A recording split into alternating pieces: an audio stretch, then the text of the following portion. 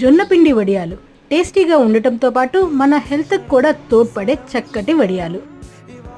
మినప్పిండి, మినప్పొట్టు వడియాలు, సగ్గుబియ్యం వడియాలు, రవ్వ వడియాలు, ఇలా వీటి గురించి మనలో చాలా మందికి తెలుసు. కానీ జొన్నపిండి, రాగిపిండి వడియాల గురించి చాలా కొద్ది మందికి మాత్రమే తెలుసు.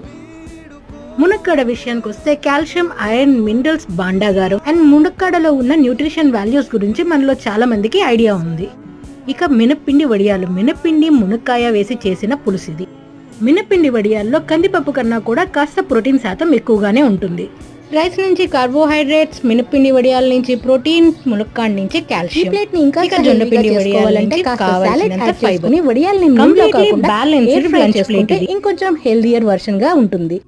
మినప్పిండి వడియాలు, మినప్పొట్టు వడియాలు, సగ్గుబియ్యం వడియాలు, రాగి వడియాలు, జొన్నపిండి వడియాలు, ఊరు మిరపకాయలు, హెల్దీ కారం పొడులు, ఏది కావాలన్నా కూడా శ్రీశైలం స్వగృహ ఫుడ్స్ వాట్సాప్ నెంబర్కి వాట్సాప్ చేసి మీ ఆర్డర్ని ప్లేస్ చేసుకోండి.